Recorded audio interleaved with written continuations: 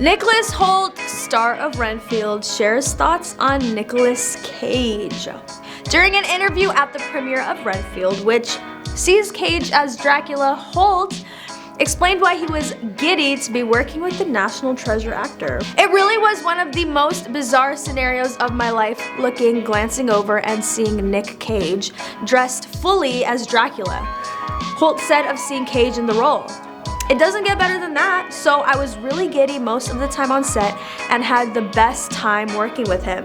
Despite calling seeing Cage as a vampire, fangs and all, in the horror comedy, Hoult said Cage still brought some of his Cageisms to the role. In his words, he was Nick Cage, but the funny thing was, when he switched onto Dracula, all the influence that he was bringing to that character and where he was bringing inspiration from, it was just it was really fun, he continued. And then occasionally you just see this little Nick Cageism within, which is what we love seeing him do in films. Hoult plays the protagonist, a tormented helper to his self-absorbed chief, Dracula, who is compelled to obtain his lord's prey and do all his biddings. He is, however, ready to see if there is a life outside of the Prince of Darkness's shadow after centuries of servitude. Even though they are a true dream team in this movie, the great star and Cage have worked together before. In Cage's 2005 film, The Weatherman. I remembered him and had a great experience on that film. "It's a film I'm very proud of," Hoult said of his experience filming the comedy drama. "And I was lucky, first time working in America. I really gained a lot of knowledge from him through that process. And even more so this time because, now as an adult," he continued, "just knowing more of his filmography and being more of a fan, even in some ways, it was even more special to work with him again." Cage and Hoult are joined in the cast by Awkwafina as traffic cop Rebecca Quincy, Adrian Martinez as her traffic cop partner Chris, Shohreh Aghdashloo as a feared crime lord named Ella, Bess Roos as people in toxic relationships support group member Caitlin, and James Moses Black and Ben Schwartz in unspecified roles. While Universal is developing several monster projects, they were excited to get Renfield into production first. According to Deadline, the story's mix of humor and action was something the studio was looking for because so many of the other properties have more of a horror element to them. Kirkman, who has described the film as a violent comedy, is producing Renfield with David Alpert, Brian First, and Sean First of Skybound Entertainment alongside McKay's producing partner Samantha Nisenboim. Are you looking forward to seeing Nicolas Cage as Dracula in Renfield?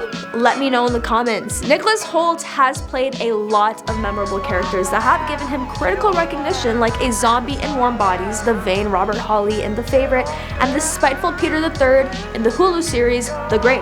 One of his next projects sees him joining a Universal Monsters movie, Renfield, where he'll play the title role, a lackey to Dracula. This will give Hoult the opportunity to reunite with former co-star Nicolas Cage, and the former spoke what it was like working with the latter on what fans can expect from the movie. With Nicolas Cage having tackled a lot of bad movies throughout the 2010s, he made his return to big screen success by playing a parody version of himself in The Unbearable Weight of Massive Talent. Next in his list of zany roles will be scoring the perfect role in Renfield, where he'll play none other than Count Dracula. When Nick Cage announced his new role in his Nick Cage way, i.e., I am goth, his wild on-set appearance spoke for itself. Those purple lips, pale skin, slick back hair, and blood-red suited ensemble cannot be unseen. Never has the face-off actor ever given a boring performance, with each role grabbing the attention of audiences who watch him. So why wouldn't Dracula be next for him? Believe it or not, the inspiration behind his upcoming Dracula performance comes from the creepy contortions that Marina Mazepa performs in *Malignant* and Rigu Sadako in terms of voice and movement. Should we be freaked out now? Renfield will be all about Dracula's lackey getting a whole new lease on life when he realizes the toxic friendship he has with his master in modern-day New Orleans. Hoult continued to speak about what we can expect from this present-day version of Dracula. 17 years after The Weatherman, we'll have the chance to see Nicolas Cage and Nicholas Hoult come together to play master and lackey. Now for a little background on Hoult if you don't know much about him. He was the great-nephew of Dame Anna Neagle, a British stage and screen star. His mother taught piano, his father was a commercial pilot, and his 3 siblings all had acting experience. When Hoult was 3 years old, he was captivated by watching his brother James perform in a play. The director of that production found him and said that if he could concentrate on watching a play, he could be in one. Although Hoult made his feature film debut in 1996 with Intimate Relations, it wasn't until his second film, About a Boy, which he directed when he was only 12 years old, that he gained international attention. He played a geeky child with Balkan eyebrows in the comedy that was based on a Nick Hornby novel and featured Hugh Grant as an unlikely mentor. However, Hoult's career as a child actor was short because he grew to 6'3" in 3 years, before American fashion designer Tom Ford lured him into Hollywood to appear in Ford's directorial debut, A Single Man. He played Tony Stoneham, a heartless heartthrob in the British television drama Skins from 2007 to 2008. Hoult co-starred with Colin Firth in the role of a charming college student who uses his seductive abilities to seduce a gay man who is grieving and closeted. In the 2013 film Warm Bodies, he played a zombie. Hoult's later film credits included the British action thriller Collide, in which he portrayed an American backpacker who becomes involved with drug smugglers after getting a job as their driver, and Sandcastle, about the Iraq War. In Rebel in the Rye, he starred as J.D. Salinger, author of The Catcher in the Rye. Continuing to show his versatility, Hoult played an 18th century politician in The Favorite, a historical drama about Queen Anne's court. During this time, he also lent his voice to the animated TV miniseries Watership Down, which was based on Richard Adams' beloved children's book. So basically, yeah, Hoult's been booked and busy.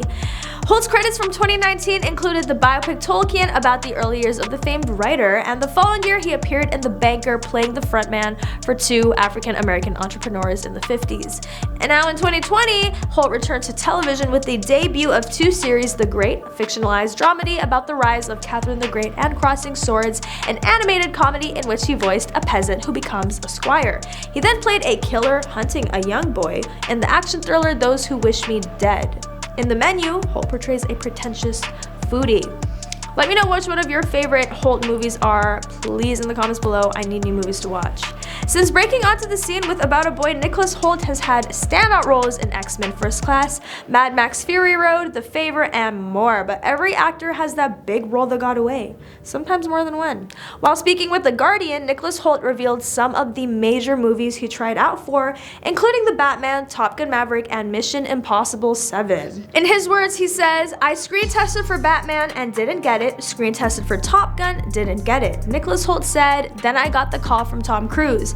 Hey, how about Mission Impossible? Okay, got it. Then I had to drop out because I was already attached to do some more of the greats." The role Nicolas Hoult was set to play in Mission Impossible was said to be one of the main villains. So having to drop out must have been painful. Hoult was later replaced by S.A. Morales. Now as for The Batman, Nicolas Hoult was in the running for the lead role alongside Robert Pattinson. He met with director Matt Reeves and had a screen test and costume, but Pattinson was ultimately cast. It's not clear which role he was up for in Top Gun Maverick, but if you know, let me know. Nicolas Hoult can currently be seen starring in Renfield with Nicolas Cage, and his next project will also be a vampire movie. He's currently shooting Robert Eggers' Nosferatu, which he has said could be a really special movie. But that is all for today. Let me know what movies you're watching, and if you're gonna be watching Renfield, or if you have watched it, let me know what you thought about it in the comments below. But that is all for today. Thank you for watching.